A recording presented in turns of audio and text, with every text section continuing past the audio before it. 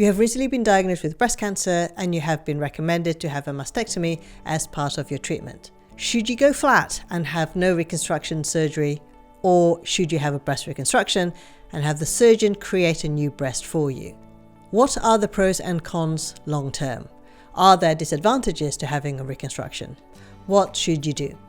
Hi, my name is Tasha Gandamihaja, here to help you navigate the world of health in general and breast cancer specifically. If you have been recommended to have a mastectomy as part of your breast cancer treatment, you have options.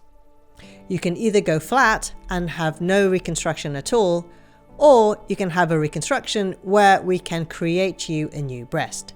In the UK at least, breast reconstruction is offered to all patients who have been recommended to have a mastectomy.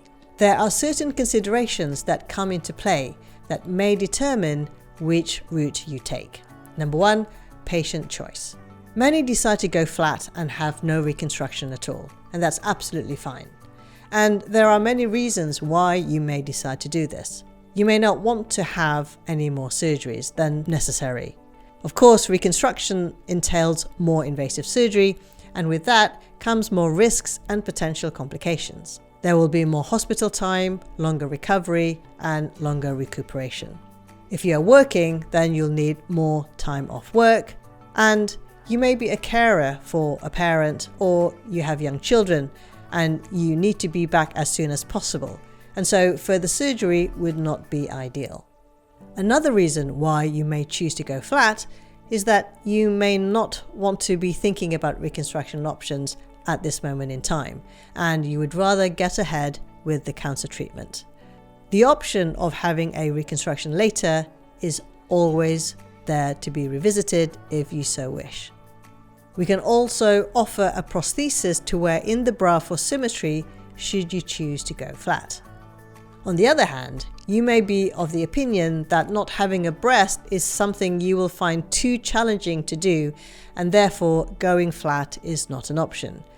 In this scenario, having a breast reconstruction is the only way you'll be able to get through having your cancer surgery. And so we will definitely have a discussion regarding your reconstruction options.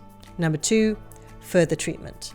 Some patients may require further treatment following surgery. This may be either chemotherapy or radiotherapy. The fact that you may need further treatment does not preclude you from having reconstruction surgery at all. However, it may come into play in the decision-making process. This is particularly true if you need radiotherapy. The reason for this is radiotherapy and reconstruction, particularly an implant-based reconstruction, can bring with it particular challenges and problems. When you have radiotherapy, the overlying skin can react, causing it to become firm and thickened. If you have an implant in place, the skin can also react with the implant, causing the capsule overlying the implant to become thick and hardened. This is also known as capsular contracture, and it can cause discomfort and hardening of the implant.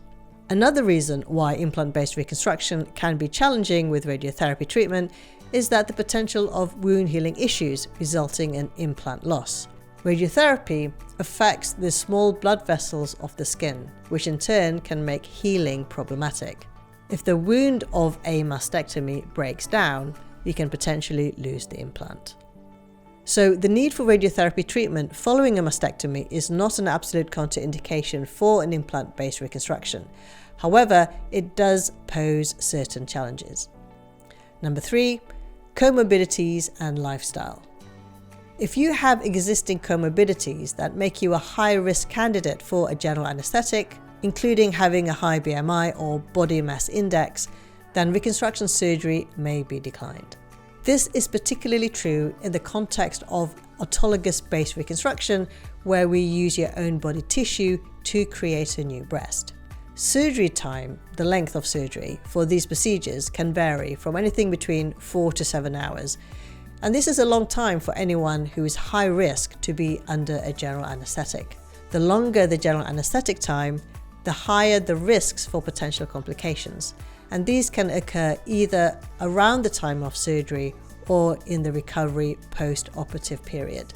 And so on this basis, you may be declined from having this type of surgery. Another factor that is taken into consideration is whether you smoke. If you are a smoker, then again, given the potential risks and complications that come with that, reconstructive surgery may also be declined. Another consideration as to whether you choose to go down the reconstruction path is recovery time. Understandably, if you have reconstruction surgery, you will have more intensive and complex surgery. This means that you will have a longer time to recover compared to if you went flat and have no reconstruction at all. In addition, if you have more surgery, then the potential to have further risks and complications increases. These can include wound healing issues, discomfort, infections, the need for further surgery.